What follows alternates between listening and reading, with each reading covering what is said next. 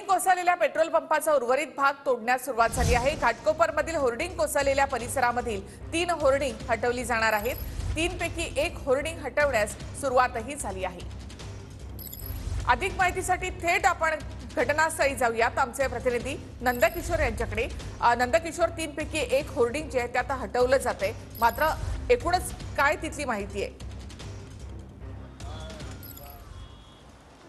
नक्कीच निखिला, जर पाहायला गेलं तर काल संध्याकाळच्या सुमारास ह्या संपूर्ण घाटकोपरची जी दुर्घटना आहे ती घडलेली आहे आणि या दुर्घटनेमध्ये 14 जणांचा मृत्यू झालेला आहे। 44 जणांवरती अजून देखील उपचार सुरू आहे। मात्र याला जबाबदार कोण हा प्रश्न खरं तर उपस्थित होतोय, कारण जी मोठी होर्डिंग होती ती महाकाय 120 बाय 120 फूट इतकी मोठी होती। त्यामुळं मुंबई महानगरपालिकेच्या दृष्टिकोनातून 40 बाय 40 होर्डिंगलाच परवानगी दिली जाते।